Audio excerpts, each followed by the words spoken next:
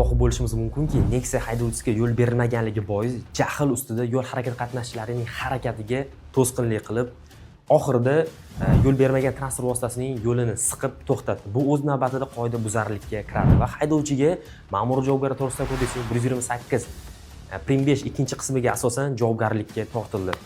Hurmatli haydovchilar, amaldagi yo'l harakati qoidalarining 8-bobi 46-bandiga asosan ogohlantirish ishorasini berish oldin harakatlanish imtiyozini bermaydi. Shu sababli yo'l harakati qoidalariga amal qiling.